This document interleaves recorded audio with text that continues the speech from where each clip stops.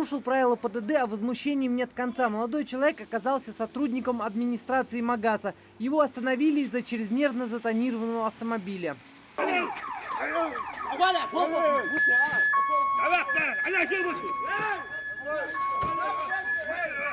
Итог такой разборки – протокол, статья 19.3 «Неповиновение сотрудникам полиции». К тому же водитель сел за руль без прав. Плюс куча неоплаченных штрафов.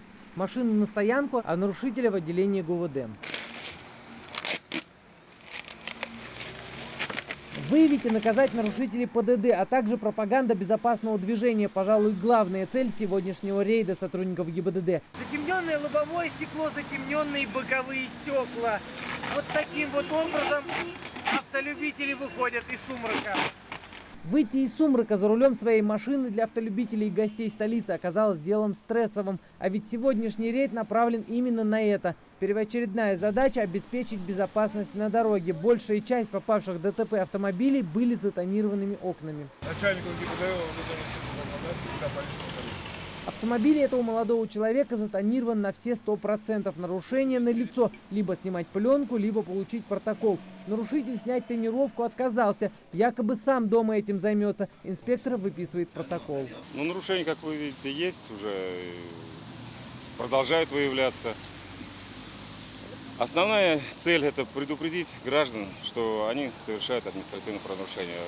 Такой задачи, чтобы кого-то прям сильно наказать, мы не ставили. Предупреждение, чтобы люди устранили данное нарушение, и продолжали двигаться дальше. Те, кто не устраняет, к ним применяются другие уже меры. А у этого автомобиля не то что боковые, но и лобовые стекла полностью затонированы. Водитель уверяет, это допустимая норма и штрафовать за это не полагается. Но у сотрудника ГИБДД другой взгляд. Измерители светопропускания стекол, тоник метр. Светопропускаемость стекол инспектор определяет специальным прибором. Она недопустима, а значит от штрафа в размере 500 рублей нарушитель все-таки не отделается. Светопропускание должно быть 70. Здесь показывают 68. Получается, Превышение.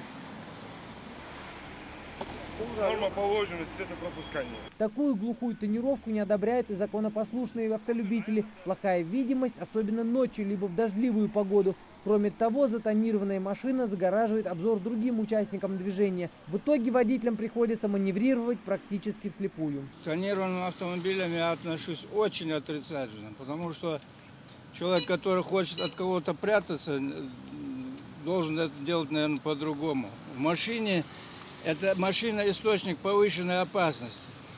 И для того, чтобы соблюдать правила и не причинять какого-то вреда другим людям, надо, чтобы было все по правилам в машине.